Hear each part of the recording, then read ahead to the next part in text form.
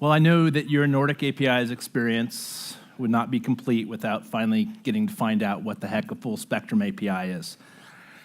And I'm going to get to that, and it's going to be based on the 750 plus APIs that Zapier runs in production, my experience at other API companies, editing programmable web. But first, I want to start with a story. In January, about 8 years ago, a California man stepped out in front of his house and was amazed. Because from one end of the valley all the way to the other was a beautiful rainbow. And the story would stop there if he hadn't also had a camera in his hands and a YouTube account. And I can tell that some of you have seen this before. Whoa, that's a full rainbow. All the way. Double rainbow. Oh my God. It's a double rainbow all the way.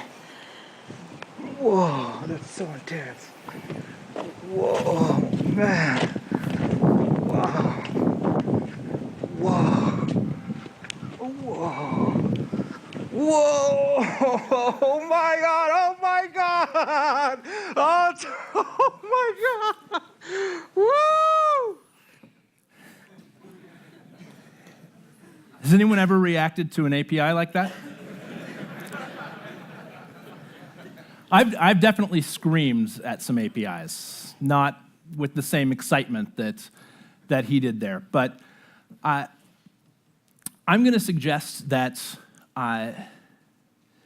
that a full spectrum API is going toward, at least, reactions like that. So today, I'm going to throw a bunch of different things at you about what makes up a full spectrum API. But there's two words that I want you to come away remembering from this, and that's how and who. Because I think what keeps us from having reactions like that to APIs is the way that we frame them, the way that we don't frame them around how they're used or who uses them. And so by this I mean the how is making it easy to use and reliably available, and knowing who actually uses your API, what they want to do, and making sure that that is supported well. So let's start with a little survey here. Which of these is the better doc? So if you think it's the one on the left, hold up an A. And if you think it's the one on the right, you can't really do a capital B with your hands, but you could do a lowercase b. And I see some D's out there. I'm just going to assume those are B's. All right, so I'm seeing quite a few. There's a few of you who aren't. Keep them up. So if you think you don't have enough information, go ahead and throw a C. I'll add a third option there. All right, so the C's have accurately guessed that I'm tricking you. The documentation on the left, A, is the Stripe API with the CSS removed.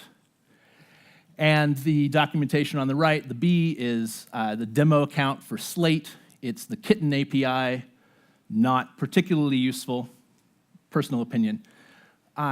So what I'm trying to communicate here, which I think we all know but often forget, is that our experience with an API is not the way the docs look, and it's not always the documentation itself. But there's been a lot of talk about documentation, and so we'll talk a little bit more about it. This is the Gmail API reference. It's the #1 Google result for API reference, by the way. And if you consider just the reference part, ignore the blue bar at the top, an API reference, this one and all API references, are kind of API islands. You're forced to fend for yourself and start fire and boil water to figure out how it works, because an API reference is full of what and not how and who.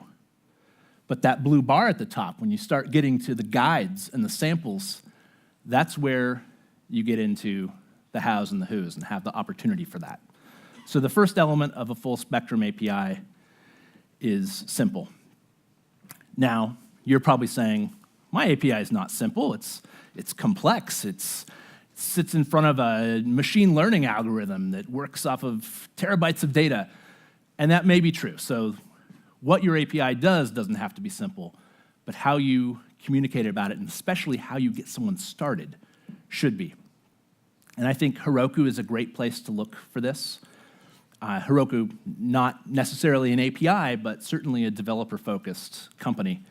And this is when you first sign in, you're asked to choose your language, and then you go into a tutorial that is specifically designed for that language to hold your hand and guide you through it as you go.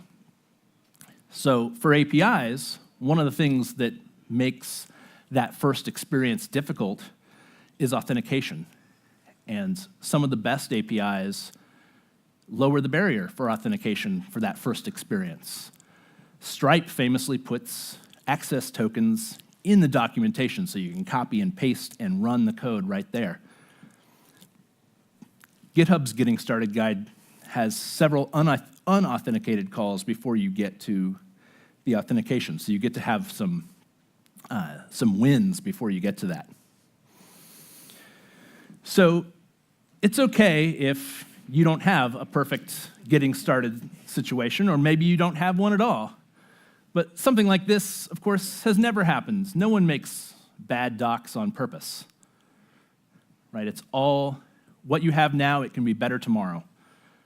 And I want you to keep that in your mind as we're going through the different elements of a full spectrum API. And the second one, I've heard this in a couple talks already the last couple days, making your API productized, treating it like a product. I think the reason that a lot of the API darlings that we talk about in Stripe and Twilio and Algolia, the reason that they resonate with us so much is because they do treat it like a product. And in the case of those, it's also their company, so there's a really good reason for them to treat it like a product. But I would argue that even if your API is only used within your company, that you want them to be just as successful as someone building against Twilio or Algolia. And in fact, I would say go beyond API and developer-focused examples. Go to a site like User Onboard, where Samuel Hulick goes through SaaS and mobile applications and the first-time experience with those, and points out areas that are bad and areas that are great, and see what you can learn from that and what you can bring into your API, treating it the same way that a SaaS or mobile app treats their product. And then think also about the people who are using your API. I wrote this post called API's Dirty Little Secret, which is that many of the people who are exploring your APIs aren't actually developers. They're people with a list like this. People who want to accomplish something, people who want to react to particular events that are happening. So making your APIs event-driven, understanding those use cases is important. And this, you won't be surprised for someone from Zapier to be talking about this, because this is, our entire product is built around this idea of events, where you have triggers that are new data available in an API, and actions, which is data that you want to put in to an API. And the important point I want to make about that, though, is that use cases are not the same as endpoints. And often, as API people, we think of our APIs in terms of the endpoints. But really, you want to get down to how someone is actually going to use what you have. But speaking of events, there was a talk yesterday about different ways of taking real-time data and making it available via an API. And so at Zapier, we definitely have opinions on this as well. We do plenty of polling, but our preference is to have webhooks, and a specific kind of webhook. So This is a chart that our data science team put together of success from our end users at setting up Zaps with particular types of webhooks here.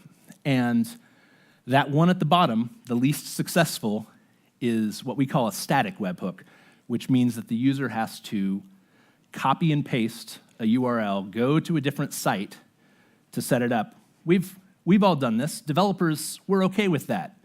But the data is pretty clear that users are not okay with that, the end users.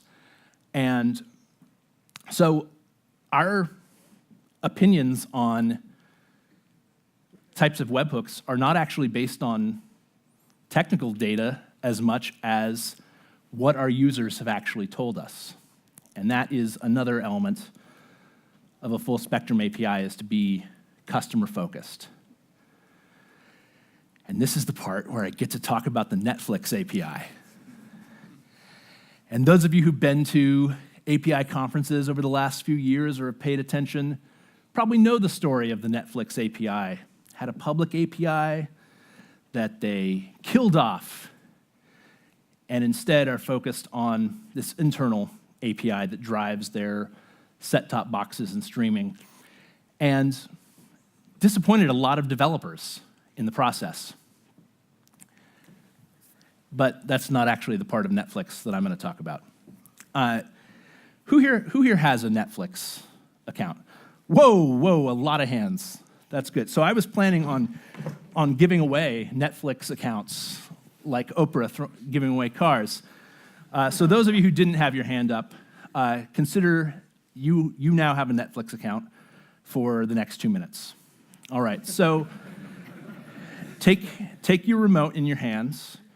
You're sitting on your couch, and go ahead and press the guide button there, and you're going to select here okay, that's something light. That's good. The other two were a little bit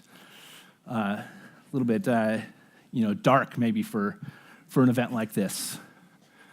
All right, and big Friends fans will of course wish that Friends had just paused there with Joey and Rachel together.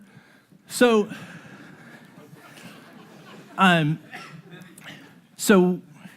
we all know as API people, we can sort of see the API calls behind the scenes there, right? As you pushed your guide button and you selected, and we can understand there's metadata coming in from that menu, and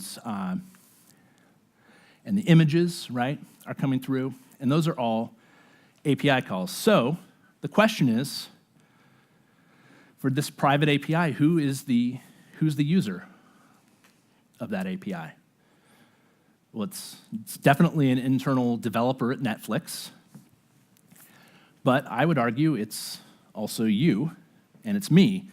We're the actual people who are experiencing the use case. And so if the Netflix API didn't provide the metadata in the right way, we wouldn't ever experience that. We wouldn't get to see that preview of the show as we went to select. So another example of this is on the less good approach. And for Netflix, I would say they made the right choice. They made the customer-focused choice to focus on that internal streaming use case because that's what the user wants. So in this case, this was a San Francisco company that has one of those apps where you push a button and someone shows up wherever you are with a thing that you want. That narrows it down, I'm sure, right? And they had trained their users to pull out the phone, push the button in their app. Well, I was looking at their API, and if I wanted to build an app that took your orders from that company and let you do something with it, I could do that. With your permission, you give me access to your data, but it only gives me access to the orders you placed through my app. So this company, which has trained people to pull out their phones and use the flagship app and push the button, is essentially not giving me access to the orders that you want me to access. And there may be really good reasons for that. Privacy reasons, strategic business decisions, but it's definitely not a customer-focused decision because you would like me, you're giving me the access to that. You would like me to be able to build based on the use case that you want. And as a developer, sometimes you can't build. When I was at Programmable Web, I had this habit of signing up for API forums, and for some reason I haven't unsubscribed from them. So this one is an API that has not been around for a while, hasn't been active, and yet still, once or twice a month, someone's coming on and asking for an API key. And those are sad emails to get. And that brings us, as developers, we're not that surprised at that experience. And a lot of us probably know not to trust APIs, but a full spectrum API is trustworthy. I had to go back to pretty much to double rainbow guy time to find an example outside of enterprise SLAs where a company said, yes, this API is going to exist. Tesco had a very experimental API, and early on, they said, yes, we know it's an experiment. We promise it will be available for 2 years, which is a pretty big promise to make. And I haven't seen anyone make something similar, but if you're going to trust an API, if someone's going to trust your API, you need to make those same sort of promises. This classic developer survey that we did at Programmable Web, you read down there, and all sorts of things there are really about developer trust. That it's going to be up, that the price is not going to change, that there will be a status board, that it will be reachable. That seems like a really low expectation for an API, but how many people have had an API that you used go down? Okay, and then keep your hands up. If you've had an API in the last month go down, just go ahead and just do a face palm like this. Yeah. And then if you are currently experiencing API downtime, if it's comfortable for you, you may weep uncontrollably. And those with the hands up, you can put the hand on the back. This is a API therapy session. So there's probably some Zapier coworkers I have who are weeping uncontrollably right now, because when you have 750 APIs that you run in production, you're bound to have some that are going down. And this is a simplistic example of what it could look like when one of those goes down. So say we have 100 connections, and the first minute we send out 20 calls to an API, and they error back or timeout. We set those aside, and we're gonna retry. In the second minute, we send 20 new ones out, and then we retry those 20. And so it continues until, wow, all of our available connections are gone, and our service doesn't work anymore. This is a real example of what used to happen before we automated the process of detecting downtime. And this is, again, a chart from our data science team. And this shows one API over time, and that blue is looking at the 30th and 40th percentile, I believe, and we have a blog post on this that you can find where we talk about how we found a threshold that we could accurately say, this API is down, let's back off, let's not continue to make these calls, so that the rest of the 749 other APIs will still be able to be called. And that actually turned into status.zapier.com, where you can see all of the apps on Zapier and how they performed recently. And when an API is reachable, it's also usable. But here, I mean more than just that you can get to it, but that when something's wrong, you can get an answer, that you can get support. This has also never happened. No one provides terrible support on purpose. And yet, if you want to find the saddest, most desperate segmentation of humanity, just search Twitter for "your API is down." It's really sad. All 6 of these got no replies. Sometimes people do reply. This guy was able to get in touch with someone at that company and get it fixed. Yay. And then the next month when it went down again, he was able to do it again. All right.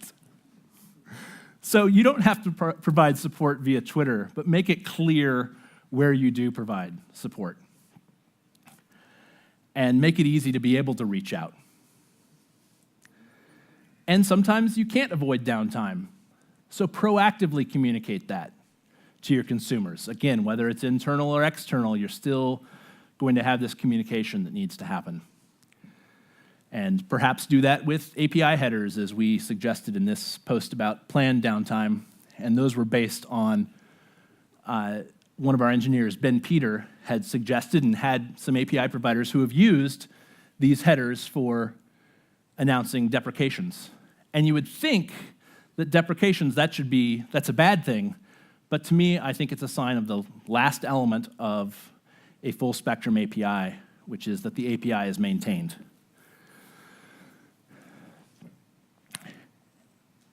When an API is deprecated, it means that you're working on making the next version better, usually. And so I asked you to remember 2 English words, but if I can add 2 Japanese words to that, Kaizen, meaning incremental improvement. And all of these elements of a full spectrum API are ones that you should be attempting to improve all the time. So remember the how and remember the who. How an API is used, who uses it, who really uses it, not always the developer. And since I know that some of you are real overachievers and don't want to just go home with 2 words to remember, I'll include this full list here, which the most astute of you have already realized spells spectrum. And I see some cameras out, so I'll leave this up so you can take a picture, but you'll have to indulge me in my speaker poses.